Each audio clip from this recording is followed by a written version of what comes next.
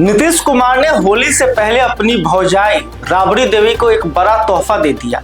अब भौजाई इसलिए बोल रहे हैं क्योंकि नीतीश कुमार लालू यादव को अपना बड़ा भाई मानते हैं और तेजस्वी यादव भी इन्हें चाचा बुलाते हैं, तो रिश्ता तो बनता है ना।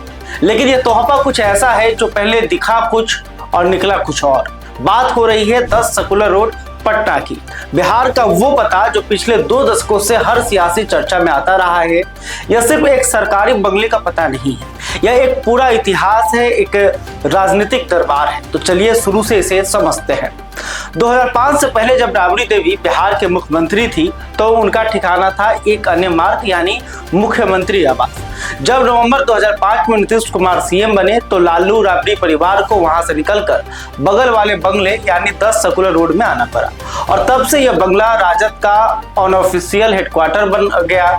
लालू यहीं बैठकर रणनीतियां बनाते, यहीं कार्यकर्ता आते, यहीं प्रेस कॉन्फ्रेंस होती। सीधे कहें तो बिहार की पूरी विपक्षी राजनीति इसी पते से चलती रही।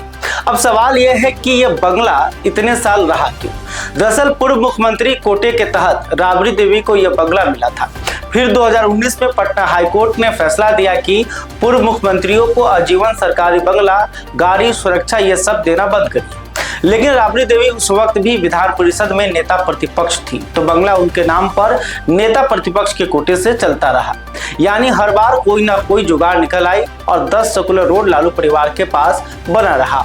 अब आते हैं असली कहानी पर। नवंबर 2025 में बिहार में एनडीए की नई सरकार बनी। बीजेपी पहले से ज्यादा मजबूत होकर लौटी। इस बार उनके हाथ में एक नई ताकत भी थी, गृह मंत्रालय। नीतीश ने इस बार गृह अपने पास नहीं रखा। अब बीजेपी के एक बड़े मंत्री को लगा मौका है। उन्होंने एक अफसर को इशारा किया कि राबड़ी देवी को 10 सर्कुलर रोड से हटाओ। 25 नवंबर 2025 को भवन निर्माण विभाग ने आदेश जारी किया। राबड़ी देवी को नया बंगला दिया जाता है 39 हार्डिंग रोड पर और 10 सर्कुलर रोड खाली करना होगा। बिहार में तूफान आ गया। आरजेडी के नेता मैदान में कूद गए, बोले जो करना है करो, बंगला खाली नहीं होगा। इसे राजनीतिक विद्वेष बताया गया। बीजेपी के तरफ से भी तंजाया, बोले खाली तो करना पड़ेगा, इस बार बाथरूम की टोटी मत खोलना, यानी राजनीतिक बयानबाजी पूरे सबाब पर। अब सुनिए असली ट्विस्ट। ये जो नोटिस निकला इसकी जानकारी खुद नीतीश कुमार को नहीं थी।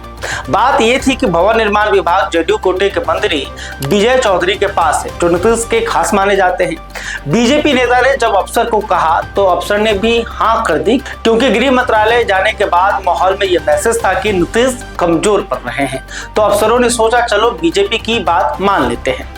लेकिन उन्होंने एक चालाकी की, नया बंगला अलॉट तो कर दिया पर खाली करने का सीधा नोटिस नहीं दिया और 10 सर्कुलर रोड किसी दूसरे को अलॉट भी नहीं किया गया, यानी एक अधूरा कदम उठाया ताकि दोनों तरफ से बचा जा सके। जैसे ही मीडिया में खबरें चलने लगी नीतीश कुमार ने अफसर को बुलाया, सारी बात पता चली और फिर उन्होंने वही किया जो वो सालों से करते आए हैं, मामला ठंडे बस्ते में डाल दिया।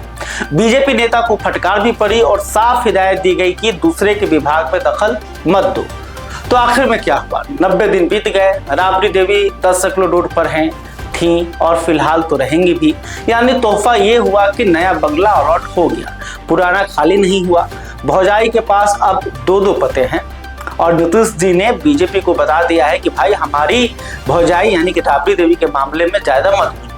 तो सोचने वाली बात यह है कि यह सिर्फ एक बंगले की कहानी नहीं है, यह बिहार की सत्ता की कहानी है। जब तक लालू परिवार की ताकत थी बंगला उनके पास रहा। बीजेपी ने हटाने की कोशिश की लेकिन नीतीश ने रोक दिया, क्योंकि बिहार की सत्ता चाहे किसी की भी हो, नीतीश कुमार का अपना एक अलग खेल होता है। बिहार की राजनीति में पता बदलना सिर्फ एड्रेस बदलना नहीं होता, ये ताकत का बदलना होता है।